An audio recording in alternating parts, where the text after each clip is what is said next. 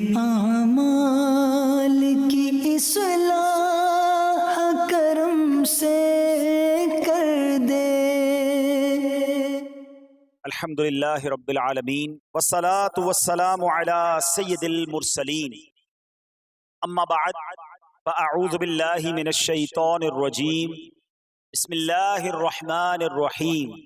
پڑھیے الصلاة والسلام علیک یا رسول اللہ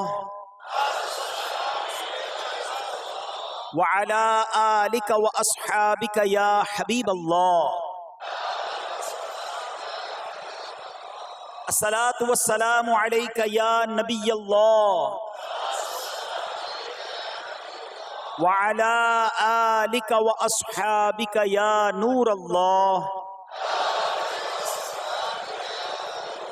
فرمان آخری نبی رسول ہاشمی صلی اللہ تعالی علیہ وسلم، جسے کوئی اہم حاجت درپیش ہو وہ مجھ پر کثرت سے درود شریف پڑھے، کیونکہ درود پاک دکھ، درد اور مصیبتوں کو دور کرتا اور رزق میں اضافہ کرتا ہے۔ تو جب بھی کوئی مشکل آئے، پریشانی آئے، تکلیف آئے، ٹینشن آ جائے، تو اس کا بار بار اظہار کرنے سے ٹینشن دور نہیں ہو جاتا۔ کوئی بھی مشکل آتی ہے بندہ سبھی کو بتاتا پھرے، بار بار ذکر کرتا رہے کہ یار بڑی مشکل میں ہوں، بڑی پریشانی میں ہوں۔ شاعر کہتے ہیں نا کہ دکھوں نے تم کو جو گھیرا ہو تو درود پڑھو، دکھوں نے تم کو جو گھیرا ہو تو درود پڑھو، جو حاضری کی تمنا ہو تو درود پڑھو۔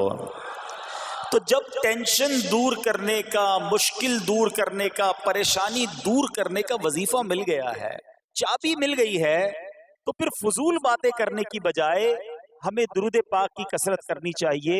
صلو علی الحبیب صلی اللہ تعالی علی محمد صلی اللہ علیہ وسلم۔ آج میں آپ کو اللہ کے ایک نبی کا واقعہ سنانا چاہتا ہوں۔ یہ واقعہ قرآن مجید میں بہت تفصیل کے ساتھ موجود ہے، اور یہ واقعہ ایسا ہے کہ میں ان نبی علیہ الصلوۃ والسلام کے عمل کا نام لوں تو نبی علیہ الصلوۃ والسلام کا نام آپ کے ذہن میں خود ہی آ جائے گا۔ یعنی انہوں نے وہ عمل ایسا کیا کہ اب ان کے نام کے ساتھ وہ عمل ایک خاص ٹیگ بن گیا ہے۔ اور اگر میں اب عمل بتاتا ہوں، نام آپ خود بتائیں گے، اور ان کا عمل تھا کہ ان کے اندر کمال صبر تھا۔ اب یہ صبر کرنے والے نبی کون ہیں؟ صبر ایوب علیہ السلام۔ مشہور ہے دنیا میں کہ ایوب علیہ السلام کا جو صبر ہے وہ ضرب المثل بن گیا، وہ ایگزامپل بن گیا۔ صبر تو بہت سارے لوگوں نے دنیا میں کیا، مصیبتیں تو بہت سارے اللہ والوں پر آئیں، مگر حضرت ایوب علیہ السلام کو اس قدر کمال کا صبر جو ان کا تھا، تو کیا واقعہ ہے۔ تو آج مشکلیں ہیں، پریشانیاں ہیں، ٹینشن ہیں، لوگ جب پریشان ہوتے ہیں تو صبر کا دامن تھامنے کی بجائے نارملی بے صبری، شکوے اور شکایات کی طرف جاتے ہیں۔ تو زندگی میں جب بھی کوئی معاملہ آئے نا، ہمیں اللہ کے کلام کی طرف رجوع کرنا چاہیے، اللہ والوں کی سیرت کی طرف رجوع کرنا چاہیے، اور رب کریم کے جو منتخب ترین بندے ہیں، دنیا کے افضل ترین جو افراد ہیں، وہ انبیاء کرام علیہ السلام ہیں۔ تو ہمیں جب بھی کوئی پرابلم آئے، جب بھی کوئی مسئلہ درپیش ہو، پہلے دیکھیں اللہ والوں نے اس موقع پر کیا کیا تھا، قرآن کیا کہتا ہے، حدیث کیا کہتی ہے، تو پھر زندگی میں چیزیں آسان ہو جاتی ہیں۔ تو حضرت ایوب علیہ السلام کی سیرت کے بارے میں جانتے ہیں کہ آپ حضرت اسحاق علیہ السلام کی اولاد میں سے ہیں، اور ان کی والدہ حضرت لوط علیہ السلام کے خاندان سے ہیں۔ اللہ تعالیٰ نے آپ کو ہر طرح کی نعمت سے نوازا تھا۔ آپ حسن و صورت والے بھی تھے، یعنی آپ کو اللہ پاک نے بہت خوبصورت بھی بنایا تھا، اور اللہ کریم نے مال بھی بہت دیا، اولاد میں بھی کثرت دی، یعنی ویل آف لائف تھی، خوبصورتی بھی ہے، مال بھی ہے، اولاد بھی ہے۔ اچھا، پھر ظاہر مال تھا تو گھر بھی تھے، جانور بھی تھے۔ اس زمانے میں جو ویلتھ ہوتی تھی، جو پیسہ ہوتا تھا، وہ جانوروں کی صورت میں ہوتا تھا۔ آج کل لوگ گاڑیاں رکھتے ہیں، سونا زیورات رکھتے ہیں، اس زمانے میں جانور ہوتے تھے۔ بلکہ اب بھی اگر پاکستان کے بھی آپ انٹیریئر کے ایریا میں چلے جائیں، گاؤں گوٹھ میں جائیں، تو لوگ اپنا مال و دولت سے جانور ہی خرید رہے ہوتے ہیں۔ ان کے نزدیک یہی ان کا جو ہے وہ جو بھی ان کا کاروبار ہوتا ہے اور مال ہوتا ہے۔ اب آپ پر امتحان آیا، آزمائش آئی. اور وہ آزمائش کیسے آئی کہ پہلے آپ کا مکان گرا اور خاندان کے جتنے افراد تھے اور آپ کے بیٹے تھے، جتنے بھی آپ کے بیٹے تھے نا، وہ سب اس مکان کے تلے دب کر انتقال کر گئے. اللہ اکبر. آپ کو آ کر خبر دی جاتی گئی کہ حضور آپ کا مکان گر گیا ہے، آپ کے بچے دب گئے اور دب کر ان کا انتقال ہو گیا ہے. آپ فرماتے تھے میرا کیا ہے، جس کا تھا اس نے لے لیا. جب تک اس نے مجھے دے رکھا تھا وہ میرے پاس تھا، جب اس نے چاہا اس نے واپس لے لیا. اسی نے دیا تھا نا. تھوڑی دیر بعد خبر آئی کہ آپ کے جتنے جانور تھے، ہزارہا اونٹ تھے، بکریاں تھی، ریوڑ کے ریوڑ تھے، سارے جانور جو ہیں وہ مر گئے. کسی نے آ کر کہا کہ اب آپ کی جتنی دولت تھی، جتنے جانور تھے وہ بھی مر گئے. سبحان اللہ. آپ اللہ کا شکر بجا لاتے، کہتے یا اللہ جو رب کا تھا اس نے واپس لے لیا، اسی کا تھا، جتنی دیر چاہا میرے پاس رہا، واپس لے لیا اس نے. میں اپنے رب کی رضا پر راضی، میں اس امتحان پر راضی ہوں. اللہ اکبر. اب کیا ہوا کہ آپ کی تمام کھیتیاں اور جو باغات تھے، بہت بڑی زمینیں تھیں، بڑے بڑے کھیت تھے، وہ بھی سارے کے سارے برباد ہو گئے. کسی نے آ کر بتایا کہ حضور اب تو کھیت بھی گئے، اب باغات بھی گئے. آپ نے فرمایا کہ جس کا تھا اس نے لے لیا، میں اس کی رضا پر راضی ہوں. جب تک میرے پاس تھا وہ میرے پاس تھا، اب رب نے واپس لینا چاہا تو اس نے لے لیا.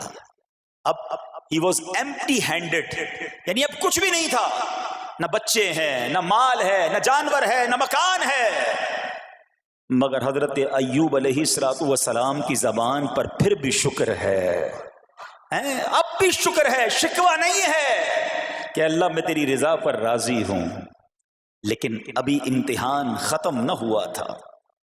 اور اس امتحان کے پیچھے بعض مفسرین نے ایک اور قول بھی نقل کیا کہ شیطان نے حضرت ایوب علیہ السلام کو دیکھ کر اللہ کی بارگاہ میں کہا کہ مولا یہ تیرا بندہ اس لیے تیرا شکر گزار ہے کہ تو نے اسے بڑا نوازا ہے، بڑا مال دیا ہے، اولاد دی ہے، گھر دیا ہے. تو اب رب کریم نے حضرت ایوب پر امتحان بھیجا تاکہ پتہ چلے کہ میرے نیک بندے امتحان کے بعد بھی صبر کرتے ہیں. لیکن اب سب چلا گیا نا، تو شیطان نے کہا کہ ابھی جان تو باقی ہے نا، صحت تو باقی ہے. اللہ اکبر. مزید آزمائش آئی اور یہ ہوا کہ آپ کو بیمار کر دیا گیا. مبارک جسم پر بڑے بڑے آبلے پڑ گئے، پھوڑے جس کو کہتے وہ پڑ گئے. اس حال میں آپ کے سارے دوست بھی آپ کو چھوڑ کے چلے گئے. آج کل ویسے بھی حال ایسا ہی ہے جناب، جب تک پیسہ ہے، شہرت ہے، آپ کے پاس کوئی مال ہے تو آس پاس بہت سارے لوگ ہوتے ہیں. مگر جب یہ سب چیزیں چلی جائیں نا تو بعض اوقات ایسی کنڈیشن میں اپنے اور پرائیوں کی جانچ بھی ہو جاتی ہے کہ اب کون کھڑا ہے.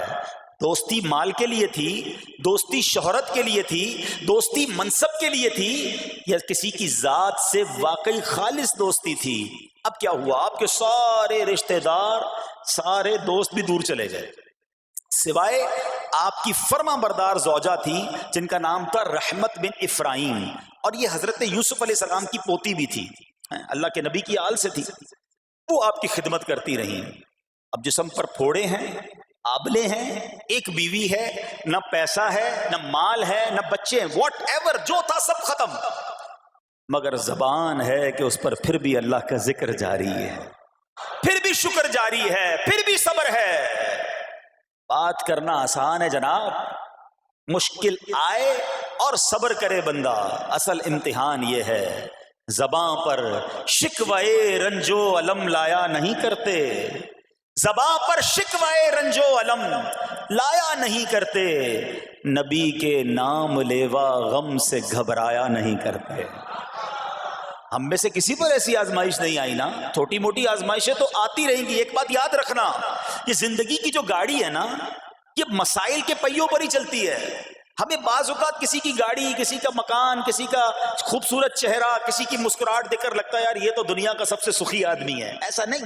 تو یہ نہ سمجھے کہ سارا جہان جناب سخی ہے اور میں اکیلا دکھی ہوں. ایسا نہیں ہوتا، بلکہ ہر اس جہاں میں تقریباً ہر بندہ ایسا ہوتا ہے جس کے ساتھ کوئی نہ کوئی دکھ لگا ہوا ہوتا ہے، کوئی نہ کوئی پریشانی ہے. کسی کو مال کی پریشانی، کسی کو روزگار کی پریشانی، کسی کو بیماری لگی ہے، کسی کو اور ٹینشن ہے. تو یہ کبھی بھی نہ سوچے کہ میں زندگی گزاروں گا اور کوئی ٹینشن نہیں آئے گی. تیار رہو امتحان کے لیے، امتحان ضرور آنا ہے. اب کمال یہ ہے کہ اس امتحان میں پاس کون ہوتا ہے. حضرت ابراہیم پر امتحان آیا، زبان پر صبر ہے، شکر ہے، شکوہ نہیں ہے. اب کیا ہوا کہ آپ کا سال ہاں سال تک یہ محال رہا. یہ 2-4 مہینے کا پرابلم نہیں تھا، کئی سال تک آپ بیمار رہے. آپ کی زوجہ جو ہے وہ خدمت کرتی رہی. اچھا یہاں ایک غلط فہمی دور کر دوں کہ کچھ لوگ یہ کہتے ہیں، یہ کتابوں میں پتہ نہیں کچھ کتابوں میں لکھ دیا گیا کہ حضرت ایوب علیہ السلام کو معاذ اللہ کوڑ کی بیماری ہو گئی تھی. ایسا بالکل نہیں تھا. کوڑ کی بیماری نہیں ہوئی تھی، بلکہ نہ کوڑ ہوا نہ جزام ہوا. آپ کو جسم پر پھوڑے پھنسیاں جن کو کہتے ہیں آبلے نکل آئے تھے. کیونکہ کوڑ کی بیماری وہ ہوتی ہے کہ جس سے لوگ نفرت یا حقارت کرتے ہیں. اللہ کے کسی بھی نبی کو کبھی بھی کوئی ایسی بیماری نہیں ہوئی جس کی وجہ سے لوگ اس سے حقارت یا نفرت کریں یا دور بھاگیں. کیونکہ اللہ نے ان نفوس قدسیہ کو، ان نیک بندوں کو، ان منتخب شخصیات کو لوگوں کی ہدایت کے لیے بھیجا ہے. ان کو کبھی کوئی ایسی چیز نہیں ہوئی کہ جس سے لوگ گھن کھا کر دور بھاگیں. تو یہ بالکل غلط ہے. البتہ آپ کے جسم پر آبلے تھے، پھوڑے تھی، اور اللہ اکبر آپ اس حال میں کیا رب سے عرض کرتے تھے؟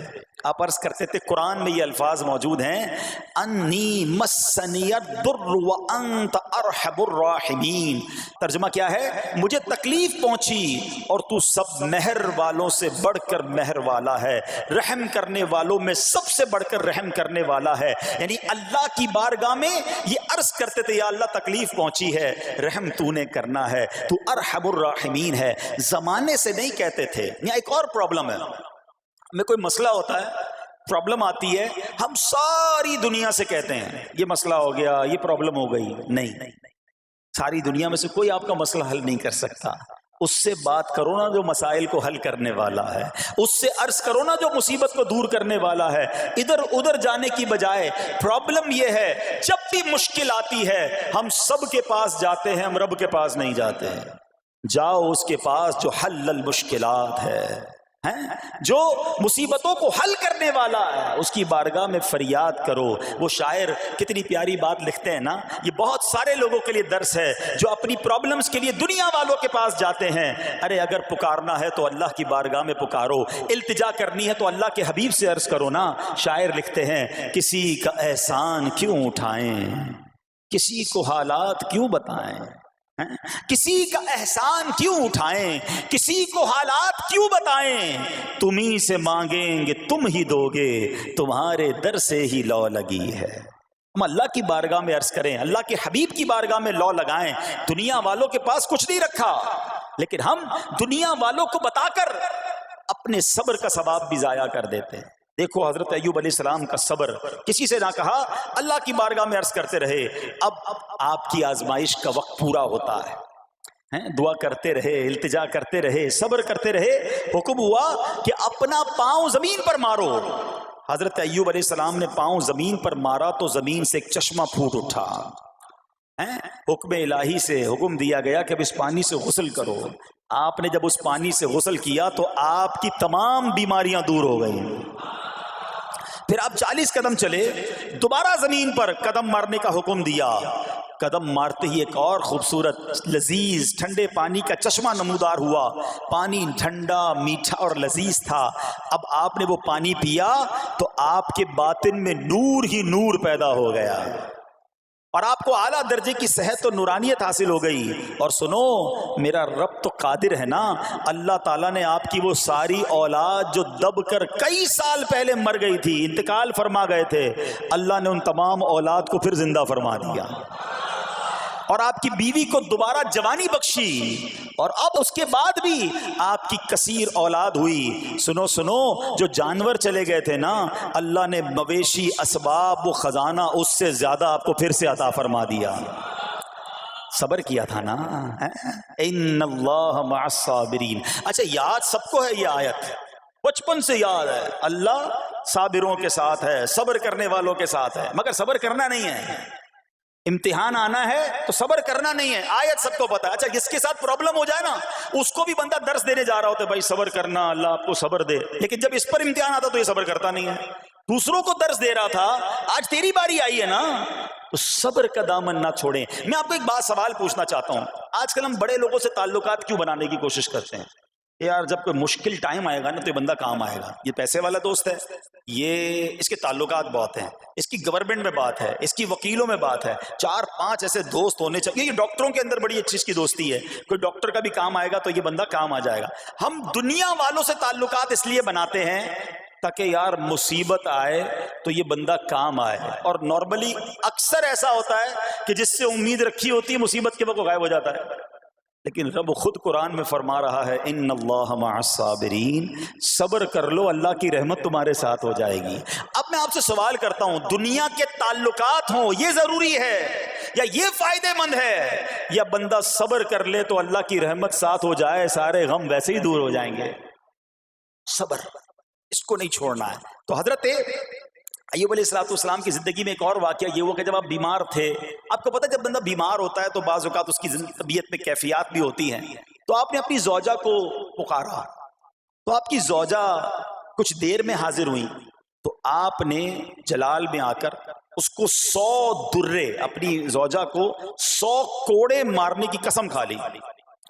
اب جب صحت آ گئی تو قسم تو آپ نے کھائی ہوئی تھی, تو اب کیا کرتے؟ اس بیوی نے تو خدمت بھی بہت کی تھی, اب اسے کوئی خاص کیفیت تھی, آپ نے قسم اٹھا لی تھی. سبحان اللہ, ایوب علیہ السلام کو اللہ کریم نے قرآن میں کیا حکم دیا کہ اے ایوب آپ ایک یعنی 100 جس کو کہتے ہیں تنکے 100 تنکوں والی جھاڑو لیں اور اس جھاڑو کو ایک مرتبہ اپنی بیوی کو مار دیجئے تو آپ کی قسم جو ہے وہ پوری ہو جائے گی, یعنی قسم کا کفارہ نہیں دینا ہوگا. اللہ اکبر. اللہ نے اس نبی علیہ السلام کی فرما بردار بیوی کی جو سزا تھی یا جو معاملہ تھا اس کو کتنا آسان فرما دیا. تو رب کریم نے قرآن مجید فرقان حمید میں اس کو کس طرح بیان فرمایا, وَخُذْ بِيَدِكَ ضِغْثًا فَاضْرِب بِهِ وَلَا تَحْنَثْ, فرمایا کہ اپنے ہاتھ میں ایک جھاڑو لے کر اسے مار دے اور قسم نہ توڑ. اِنَّا وَجَدْنَاهُ صَابِرًا, فرمایا ہم نے اسے صابر پایا. نعم العبد, کیا اچھا بندہ. اِنَّهُ اواب, بے شک وہ بہت رجوع لانے والا ہے.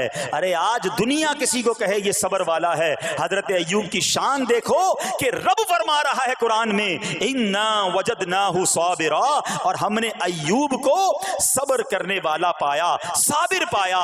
اللہ حضرت ایوب کے صبر کے صدقے ہمیں بھی صابرین میں شامل فرما لے. اللہ اکبر, سبحان اللہ. اور رب کریم نے جو اواب فرمایا, علماء کہتے ہیں کہ یہ اواب کے لاجواب خطاب کو جو آپ کے سر مبارک پر ایک تاج کی طرح رکھ دیا گیا, کیونکہ اواب کے معنی کیا ہے؟ انہو اواب, بے شک وہ بہت رجوع لانے والا ہے. اللہ اکبر. صبر کیا تو رب نے کیسے کیسے القاب جو ہیں وہ قرآن میں عطا فرمائے. یہاں ایک اور بات بھی سیکھنے والی ہے کہ حضرت ایوب علیہ السلام کے صبر کا کمال یہ ہے کہ قرآن میں ذکر آ گیا, آپ صبح قیامت تک حافظ تلاوت کریں گے, تراویح میں قرآن پڑھا جائے گا, جب بھی قرآن کی تلاوت دنیا کے کونے کونے میں کی جائے گی, قیامت تک حضرت ایوب کے صبر کا ذکر ہوتا رہے گا. جب آپ صبر کرتے ہیں اللہ رسول کو راضی کر لیتے ہیں, اللہ ان ناموں کو بلند فرما دیتا ہے. بہرحال میرے پیارے اسلامی بھائیوں, اب یہاں تھوڑا سا ایک شرعی مسئلہ بھی سمجھ لیں. بعض اوقات ہے کہ آپ لفظ سنتے ہیلا, اچھا کچھ لوگ جب یہ لفظ ہیلا سنتے ہیں تو کنفیوز ہو جاتے ہیں, یار یہ کیا, ایک کام کرنا تھا اس کو ایک اور طریقے سے کر دیا, ہمیں سمجھ نہیں آ رہا. عجیب عجیب سی لوگ باتیں کرتے ہیں. سبحان اللہ. علماء فرماتے ہیں پہلے ہیلے کا مسئلہ سمجھ لیں. فتاوی عالمگیری میں ہے جو ہیلا کسی کا حق مارنے یا اس میں شبہ پیدا کرنے یا باطل ذریعے سے فریب دینے کے لیے کیا جائے وہ مکروہ ہے, اور جو ہیلا اس لیے کیا جائے کہ آدمی حرام سے بچ جائے یا حلال کو حاصل کر لے وہ اچھا ہے. انما الاعمال بالنیات, غلط نیت سے ہیلا کہ کسی کا حق دبا لو یا ماد اللہ زکوٰۃ ادائی نہ کرنی پڑے, اللہ کو کوئی دھوکہ نہیں دے سکتا, اللہ دیکھ رہا ہے کہ اس کی نیت کیا ہے. لیکن ہیلا اس لیے ہے کہ حرام سے بچ جائے، حلال حاصل کر لیا جائے، تو اس کی جو جواز کی صورتیں ہیں علماء نے فرمایا یہ آیت اس میں دلیل ہے. اور آیت کیا تھی؟ وَخُذْ بِيَدِكَ ضِغْثًا فَاضْرِبْ بِهِ وَلَا تَحْنَثْ، اور فرمایا اپنے ہاتھ سے ایک جھاڑو لے کر اسے مار دو اور قسم نہ توڑو. قسم تو 100 کوڑے مارنے کی تھی، اللہ کریم نے آسانی کا راستہ بتایا. ہاں ایک بات یاد رہے، یہ بڑی امپورٹنٹ بات کرنے جا رہا ہوں کہ مفتیان کرام، قابل اعتماد مفتیان کرام سے رہنمائی لے کر ہم جیسے لوگوں کو، عوام الناس کو کوئی ہیلا اپنے طور پہ نہیں کر لینا چاہیے. ہاں کیونکہ بعض ہیلوں کی شرعی طور پر اجازت نہیں ہوتی، اور بعض اوقات ہیلا کرنے میں ایسی غلطی لوگ کر جاتے ہیں جن کی وجہ سے ہیلا ہوتا ہی نہیں ہے. تو یہاں صرف آپ کو دلیل بتانا تھا، باقی اگر کسی قسم کا کوئی شرعی ہیلا کرنا ہے تو قابل اعتماد مفتیان کرام سے رجوع کیا جائے. سبحان اللہ. اب حضرت ایوب علیہ السلام کے صبر کی بات ہوئی ہے نا، اللہ نے پتہ ہے آپ کو کتنا مقام عطا فرمایا کہ نبی کریم صلی اللہ تعالی علیہ وآلہ وسلم نے ارشاد فرمایا حضرت ایوب لوگوں میں سب سے بڑھ کر عالم، صابر اور غصہ پینے والے تھے.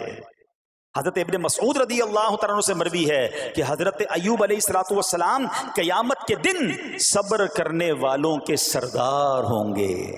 ہاں صبر کرنے والوں کے بھی سردار ہوں گے. اچھا بعض اوقات ہوتا کیا ہے، اچانک کوئی پرابلم آ گئی، کہیں آگ لگ گئی، گاڑی میں نقصان ہو گیا، پیسے چوری ہو گئے، موبائل چوری ہو گیا، کوئی چیز میں نقصان ہو گیا، کاروبار میں نقصان ہو گیا، صحت خراب ہوئی. بندہ کہتا ہے یار یہ میرے ساتھ کیوں ہوا ہے، میں نے ایسا کیا کیا ہے.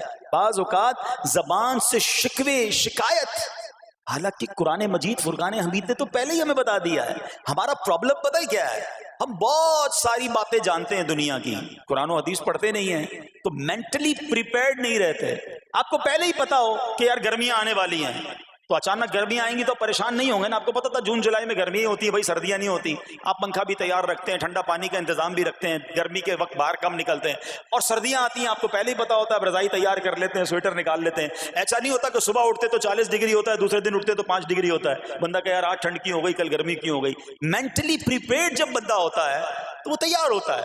اگر جو قرآن پڑھنے والا ہے، حدیث پڑھنے والا ہے، اس کو تو پہلے ہی مینٹلی پریپیئرڈ ہونا ہے. کیوں؟ قرآن کا وعدہ ہے نا، قرآن کا اعلان سنو. اللہ کریم قرآن مجید میں کیا ارشاد فرماتا ہے؟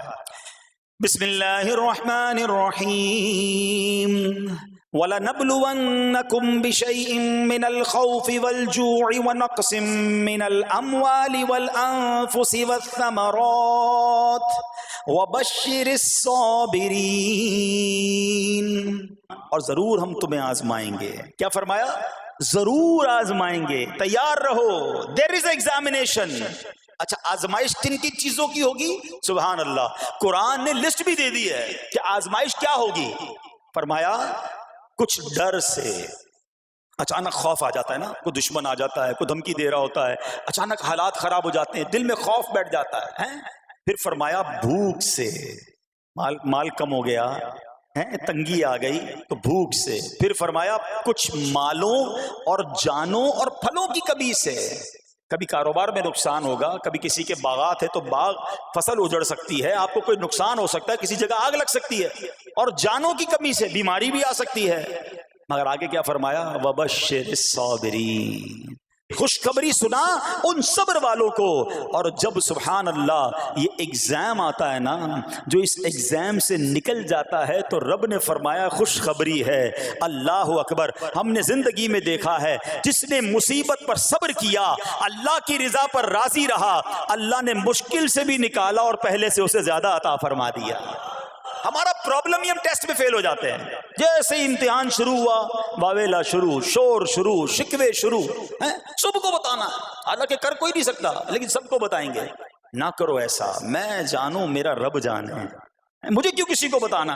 ہاں وہ کریم ہے، وہ دیکھ رہا ہے کہ میرا بندہ صبر کر رہا ہے. سبحان اللہ. حضرت سیدنا امام ابو جعفر محمد بن جریر طبری تفسیر طبری میں اس آیت مبارک کے تحت فرماتے ہیں، یعنی ہم تمہیں دشمن کے خوف، قحط سالی، شدید بھوک و فقر و فاقہ، فصلوں کی کمی، مقاصد کے حصول میں مشکلات، کفار سے جنگ کے دوران افرادی قوت میں کمی اور اہل و عیال کی موت وغیرہ کے ذریعے آزمائیں گے.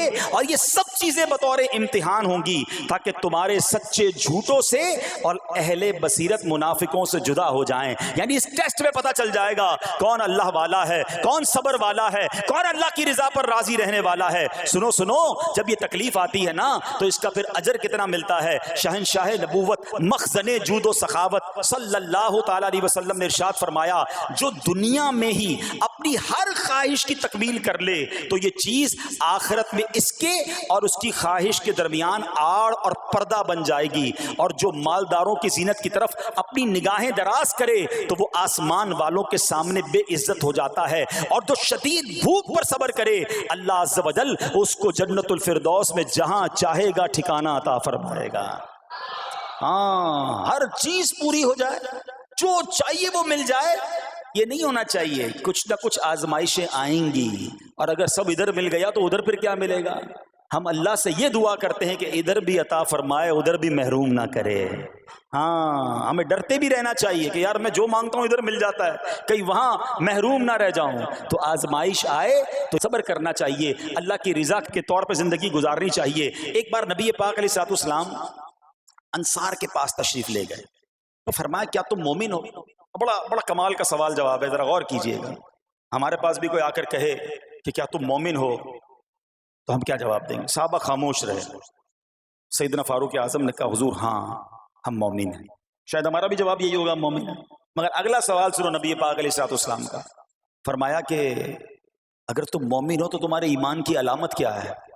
ہاں, اب ہم سے کوئی یہ سوال کرے تو ہم جواب کیسے دیں گے؟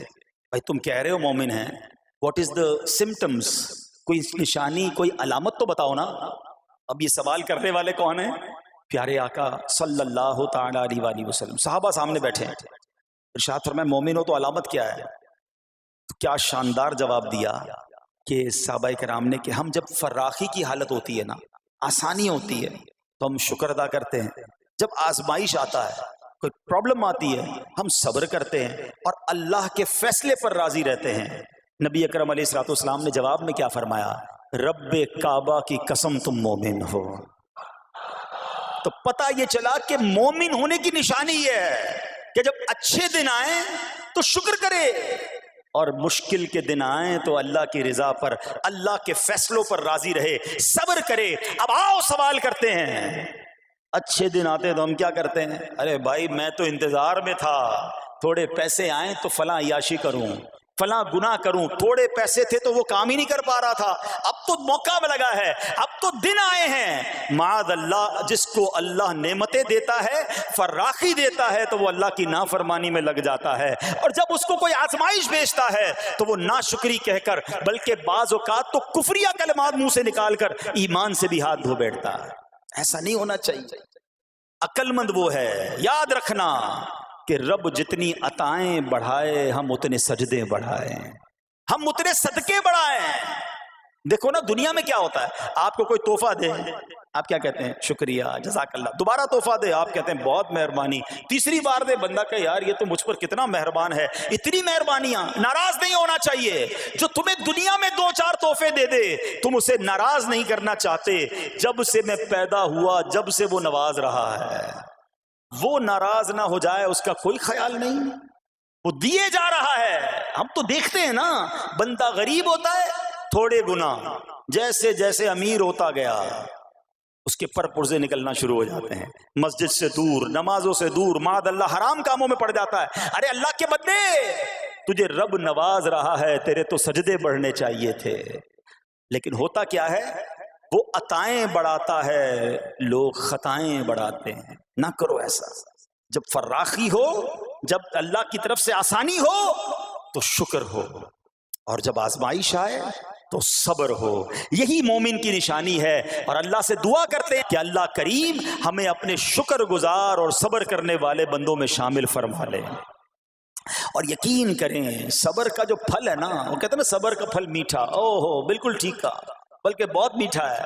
سنو, اللہ عز و جل فرماتا ہے کہ جب میں کسی بندے کو بیماری میں مبتلا کروں, ہو سکتا ہے یہاں بھی میرا کوئی بھائی بیمار بیٹھا ہو, مدنی چینل کے ناظرین میں سے کوئی بیمار بیٹھا ہو. دیکھو بیماری آئے نا, شکوہ مت کرنا, صبر کرنا. فضیلت سنو, حدیث قدسی ہے, اللہ فرماتا ہے جب میں اپنے کسی بندے کو بیماری میں مبتلا کروں اور وہ اس پر صبر کرے, کسی سے شکایت نہ کرے, تو میں اس کے گوشت کو اچھے گوشت سے اور اس کے خون کو اچھے خون سے بدل دیتا ہوں.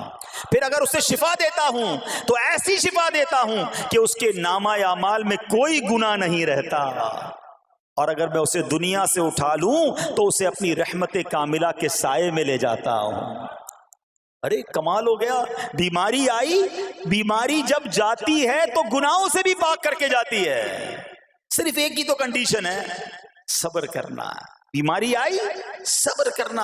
ہاں, کسی سے بات نہ کریں, شکوہ نہ کریں, اللہ کی بارگاہ میں عرض کریں مولا تیری مہربانی, ہاتھ میں درد ہے باقی جسم تو سلامت ہے, اے اللہ آنکھ میں درد ہے باقی جسم تو سلامت ہے, اے اللہ گردوں میں پرابلم ہے میرا باقی جسم تو سلامت ہے, یہ بھی تیری مہربانی ہے. اللہ کرے کہ ہم شکر گزار بندے بن جائیں, کیونکہ یہ بیماری تو ہمارے گناہ معاف کروانے آئی تھی, مگر افسوس یہ ہے کہ جو گناہ معاف کروانے والا کام ہمارے ساتھ ہوا اس میں بھی ہم نے اللہ کو ناراض کر دیا اور شکوے شکایات کی. سنو سنو, اس نے اخلاق کے پیکر نبیوں کے تاجور صلی اللہ تعالی علیہ وسلم نے ارشاد فرمایا, ابھی تو صرف بیماری کی بات ہوئی نا, اب آؤ اگر کسی کو کاروبار میں نقصان ہو گیا, کسی کے پیسے کم ہو گئے, کسی کی جان و مال کا کوئی نقصان ہوا, کوئی آگ وغیرہ لگ گئی. سنو, اللہ کے حبیب علیہ الصلوۃ والسلام فرماتے ہیں کہ اللہ ارشاد فرماتا ہے, پھر حدیث قدسی ہے کہ جب میں اپنے کسی بندے کے بدن یا اس کے مال یا اس کی اولاد کی طرف کوئی سختی بھیجوں, پھر وہ صبر جمیل کے ساتھ اس کا استقبال کرے,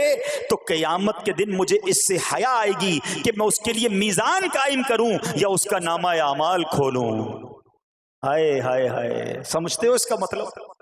اللہ فرما رہا ہے مجھے حیا آئے گی کہ اپنے بندے سے اب کیا حساب لوں. جب آزمائش بھیجی تھی تو اس نے صبر کیا تھا, اس نے شکوہ نہیں کیا تھا. خدا کی قسم میں آپ سے پوچھتا ہوں, میرا کوئی نقصان ہو جائے اور قیامت کے دن میرا نامہ اعمال نہ کھولا جائے, مجھے اللہ کی بارگاہ میں حساب نہ دینا پڑے, مجھے بتاؤ یہ دنیا کے حساب نقصان کی کیا حیثیت ہے اگر ادھر بخشا جائے. سنو تو صحیح, رب فرما رہا ہے کہ مجھے حیا آتی ہے کہ اس کے لیے میزان قائم کروں یا اس کا نامہ اعمال کھولوں. ارے یہ ساری دنیا کی دولت, یہ ساری دنیا کی آسائش ایک طرف, اگر قیامت کے دن حساب کتاب میں آسانی مل جائے, اللہ بلا حساب جنت میں داخل کر دے, اس سے بڑھ کر کوئی نعمت نہیں. مگر آج افسوس یہ ہوتا ہے کہ اگر کسی پر امتحان آتا ہے وہ اس امتحان میں فیل ہو جاتا ہے. اس حدیث میں ایک لفظ استعمال ہوا صبر جمیل کے ساتھ. اب یہ بھی بڑا مسئلہ ہے کہ لوگوں کو یہی نہیں پتا کہ صبر جمیل ہے کیا. لوگ کہتے تو بہت ہیں, اللہ پاک آپ کو صبر جمیل عطا فرمائے. اب اس سے پوچھو بھائی صبر جمیل کی تعریف کیا ہے, تو پھر تعریف نہیں پتا ہوتی. یہ کسی جمیل بھائی کا صبر نہیں ہے کہ جس کو صبر جمیل کہا جاتا ہے. صبر جمیل کی تعریف سمجھو. علماء کہتے ہیں کسی مصیبت زدہ اور غیر مصیبت زدہ کو برابر میں دیکھو, مگر دونوں میں کوئی فرق نظر نہ آئے. یعنی چہرہ بھی نہ بتائے کہ وہ کسی مشکل میں ہے, اس کی عادتیں بھی نہ بتائیں کہ وہ کسی پرابلم میں ہے, یعنی اس کو دیکھ کر پتہ ہی نہ چلے کہ وہ بڑی مشکل میں ہے. فرمایا یہ ہے صبر جمیل. مگر آج ہمارا حال یہ ہے, ہمارا چہرہ بتا دیتا ہے بھائی خیر تو ہے, بڑی ٹینشن میں ہو, ہاں یار کیا کروں بس موبائل ٹوٹ گیا, ارے بھائی بڑی چہرے پہ بڑی ہوائیاں اڑ رہی ہیں, بس کیا کروں جناب آج 5,000 روپے کھو گئے. 5,000 روپے کھو جائیں, چھوٹا سا نقصان ہو جائے, ہمارا چہرہ بتا دیتا ہے کہ ہمارے ساتھ کوئی معاملہ ہوا ہے. صبر جمیل یہ ہے کہ دیکھ کر کوئی پہچان ہی نہ سکے کہ یہ بندہ کتنی مشکل میں ہے, چاہے اندر کتنی تکلیف میں ہو, دنیا والوں کو نہ بتائے کیونکہ وہ رب کا بندہ ہے, وہ اللہ کی بارگاہ میں فریاد کرے. یہ صبر جمیل ہے اور اللہ اسے ہم سب کو نصیب فرمائے.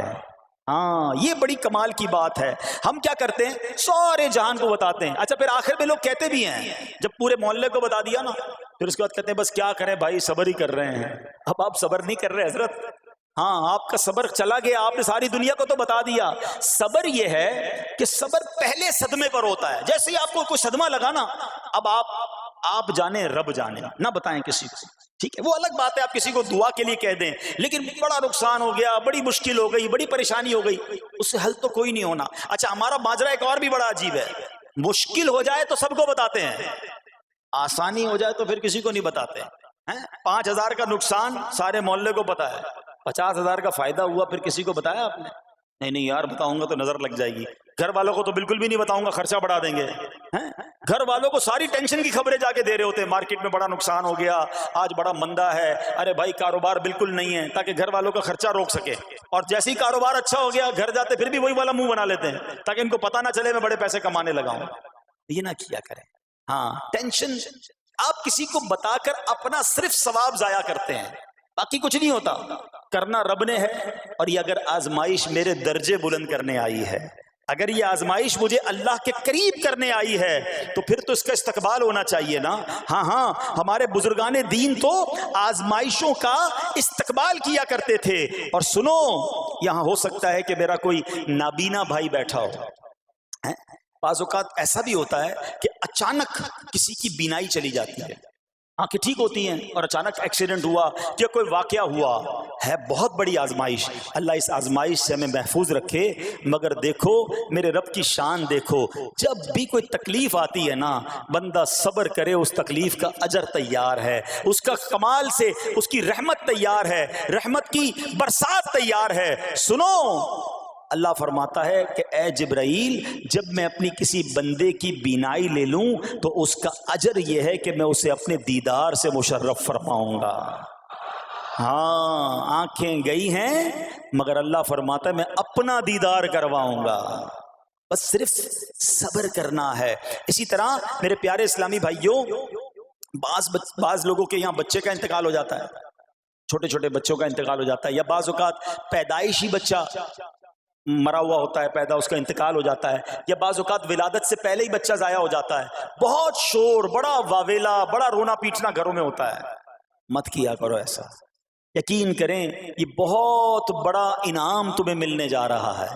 ایسا نہ ہو یہ رونا پیٹنا، یہ بے صبری، یہ اللہ کی بارگاہ میں شکوے شکایات، اتنے بڑے تم اجر سے محروم رہ جاؤ. سنو، اللہ کے آخری نبی صلی اللہ تعالی علیہ وسلم نے فرمایا جس مسلمان جوڑے کے 3 بچے انتقال کر جائیں، اللہ عز و جل ان بچوں پر فضل و رحمت کرتے ہوئے ان دونوں یعنی ماں باپ کو جنت میں داخل فرمائے گا. صحابہ کرام نے عرض کی کسی کے 2 بچے، فرمایا 2 بچے بھی، پھر عرض کی اور 1، فرمایا 1 بھی، پھر فرمایا اس ذات کی قسم جس کے قبضہ قدرت میں میری جان ہے، جس عورت کا کچا بچہ فوت ہو جائے یعنی حمل ضائع ہو جائے اور وہ اس پر صبر کرے تو وہ بچہ اپنی ماں کو اپنی ناف کے ذریعے کھینچتا ہوا جنت میں لے جائے گا. یہ تو جنت کا ٹکٹ تھا. مگر شکوے شکایات، الامان والافیز، گھر میں موت میت کو نقصان ہو جائے، ہماری عورتیں، ہمارے گھر کے افراد وہ واویلا کرتے ہیں. معاذ اللہ، بعض اوقات تو کفریہ کلمات زبان پر ہوتے ہیں.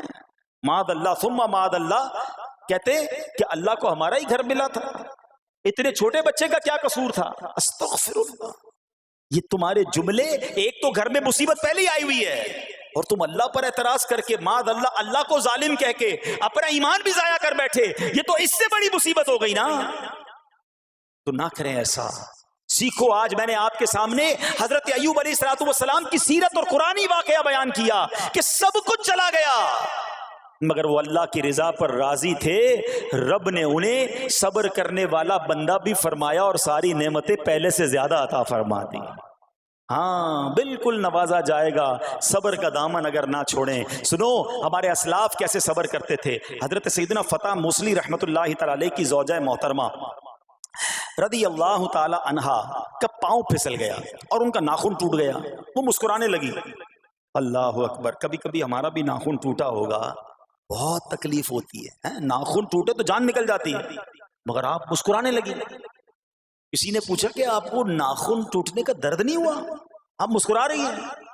تو فرماتی ہیں کہ اس درد پر جو ثواب ملے گا نا، مجھے درد پر صبر کروں گی اور جو مجھے اس پر ثواب ملے گا تو اس ثواب کے تصور نے میرے درد کی تلخی کو دور کر دیا.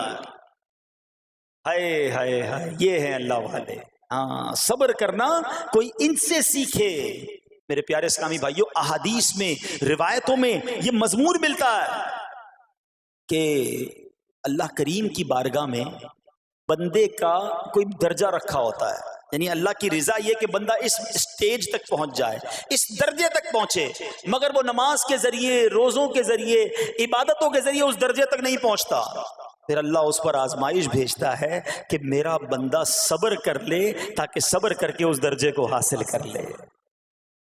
ہائے ہائے، یعنی مجھ پر کوئی آزمائش آئی تھی میرے درجے بڑھانے، مگر ہائے میری بے صبری کہ میں نے وہ درجہ پانے کا موقع ضائع کر دیا، میں نے وہ ثواب پانے کا موقع ضائع کر دیا۔ خدا را یاد رکھنا، اگر کسی آزمائش سے گزر رہے ہو تب بھی، اور اگر آئندہ کوئی آزمائش آئے، صبر کا دامن نہ چھوڑنا، یہ تصور کر لینا کہ یہ میرے گناہ معاف کرنے کا ذریعہ بن رہا ہے، یہ میرے درجے بڑھانے کا ذریعہ بن رہا ہے۔ اور سنو، جب مصیبت آئے تو پڑھنا کیا ہے؟ رسول اللہ صلی اللہ تعالی علیہ وآلہ وسلم نے فرمایا، جو مصیبت کے وقت انا للہ و انا الیہ راجعون کہتا ہے تو اللہ عز و جل اس کی پریشانی دور فرما دیتا ہے اور اس کے کام کا انجام اچھا فرماتا ہے، اور اسے ایسا بدل عطا فرماتا ہے جس پر وہ راضی ہو جاتا ہے۔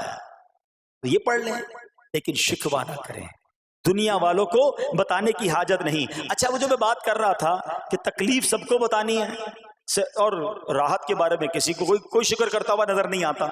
ایک بار ایک شخص کے سر پر جو ہے نا وہ تکلیف ہوئی نا، سر میں درد ہو گیا، اس نے پٹی باندھی اور گھومنے لگا۔ اس زمانے میں حضرت رابعہ بصریہ رضی اللہ رحمۃ اللہ تعالی علیہا، اللہ کی بہت بڑی ولیاں ہیں، آپ نے اس کو دیکھا کہ کیوں پٹی باندھی ہے؟ وہ کہتا سر میں درد تھا اس لیے پٹی باندھی ہے۔ بات تھوڑی سی باریک ہے، سمجھدار لوگ سمجھیں گے، اس لیے پٹی باندھی ہے کہ سر میں درد تھا۔ اللہ اکبر۔ اس اللہ والی نے پتہ ہے کیا کہا؟ آپ کہتی ہیں کبھی صحت کی پٹی بھی باندھی ہے؟ یہ جملہ ہے بڑا سمجھنے والا ہے، یعنی اللہ نے اتنے دنوں تک صحت میں رکھا تو کسی کو نہیں بتایا، اور تھوڑے دنوں کی تکلیف آئی تو پٹی باندھ کے سب کو بتانے چلا ہے کہ رب نے بیمار کیا ہے۔ ہاں، ہمیں اللہ کریم کی طرف سے آزمائش ہمیشہ تھوڑی آتی ہے۔ اگر اپنی زندگی کا ہم پورا عرصہ کیلکولیٹ کریں نا کہ بھئی 40 سال کا کوئی بندہ ہو گیا تو کتنے دن ہوئے 40 سال میں؟ ٹھیک ہے، ایک بار کبھی بیٹھ کے اکیلے میں حساب کرنا، اتنے ہزار دن میں نے دنیا میں گزارے، کتنے دن بیمار رہا؟ تو شاید چند دن، 100 دن، 50 دن، 200 دن بنیں گے۔ کئی ہزار دنوں میں سے اگر چند دن اللہ نے مجھ پر آزمائش ڈالی تو ہزاروں دن راحت بھی تو ڈالی نا، صحت بھی تو عطا فرمایا۔ اتنے دن جس رب نے چھاؤں میں کھڑا کیا، اگر تھوڑی دیر کے لیے دھوپ آئی ہے تو مجھے شکوہ نہیں کرنے چاہیے۔ یاد رکھنا، ہر رات کے بعد صبح ہے، ہر دھوپ کے بعد چھاؤں ہے۔ اگر تم انتظار کرو گے تو رب ایسی رحمت تم پر نازل کرے گا، اپنے غیب کے خزانوں سے عطا فرمائے گا۔ قرآن میں رب نے وعدہ کیا ہے، وَمَن يَتَوَکَّلْ عَلَى اللَّهِ فَهُوَ حَسْبُهُ، جو اللہ پر بھروسہ کرے اللہ اس کے لیے کافی ہے۔ مگر ہمارا پرابلم یہ ہے کہ جب مشکل آتی ہے ہم یہ ساری باتیں بھول کر بس شکوہ، شکایات اور پریشانی میں چلے جاتے ہیں۔ ارے آپ اس مصیبت کو اللہ کی طرف سے نعمت سمجھ لو، اللہ کی طرف سے یہ سمجھ لو کہ میرے گناہ معاف کروانے، میرے درجات بلند کرنے کے لیے آیا ہے۔ اچھا، اب ایک اور بات، بعض اوقات شیطان ہے نا، وہ کسی کے دماغ میں وسوسہ ڈالتا ہے کہ یار جب میں نمازیں نہیں پڑھتا تھا نا تب تو اتنا پریشان نہیں رہتا تھا، جب سے نمازیں شروع کی، دعوت اسلامی کے اجتماع میں آنے لگا، مدنی قافلوں میں سفر شروع کر دیا، اب تو میں نے کچھ ذمہ داری بھی لینا شروع کر دی ہے۔ ارے میں نے جب سے امامہ پہنا ہے، یہ داڑھی رکھ لی ہے، میری کوئی اسلامی بہن سن رہی ہے کہ بے پردہ گھومتی تھی تو کوئی اتنا ٹینشن نہیں تھا، اب میں نے جناب پردہ کرنا شروع کیا ہے، قرآن پڑھنا شروع کیا ہے تو ٹینشنیں شروع ہو گئی ہیں۔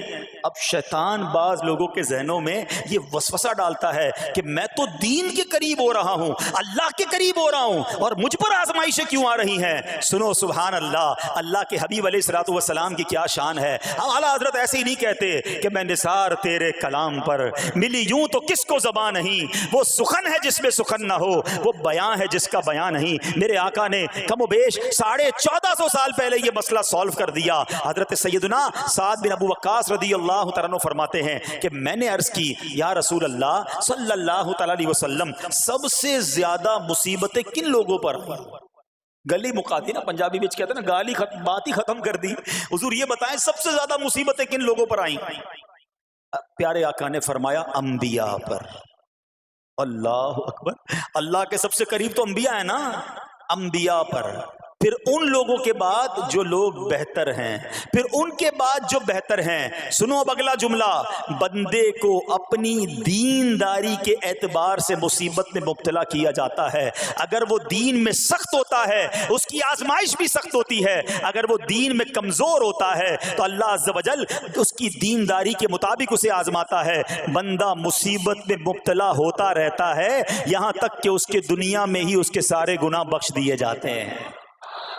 گویا اللہ کی یہ رحمت ہے کہ بندہ بڑا نیک ہو رہا ہے، رب چاہتا ہے کہ اس بندے پر آزمائش بھیجوں، میرا نیک بندہ صبر کرے، اس کے گناہ معاف ہو جائیں اور میرے پاس آئے تو اس کو جنت میں داخل کر دوں۔ اللہ اکبر۔ اے پیارے اسلامی بھائیو، یاد رکھنا، اب جو میں نے ایک سوال قائم کیا تھا نا کہ یار میں تو دین کے قریب، میں تو اللہ کے قریب ہونے کی کوشش کر رہا ہوں اور ایک کے بعد ایک آزمائش آ رہی ہے، یہ کیا ہے؟ اب ایک اور حدیث سن لو، سبحان اللہ۔ حضرت سیدنا انس رضی اللہ تعالیٰ عنہ سے روایت ہے، سرکار والا تبار، ہم بے کسوں کے مددگار، شفیع روز شمار، دو عالم کے مالک و مختار صلی اللہ تعالی علیہ وآلہ وسلم نے فرمایا، جب اللہ عز و جل کسی بندے سے محبت فرماتا ہے، سننا ذرا غور سے، اللہ عز و جل جب اپنے کسی بندے سے محبت فرماتا ہے یا اسے اپنا دوست بنانے کا ارادہ فرماتا ہے تو اس پر آزمائشوں کی بارش فرما دیتا ہے۔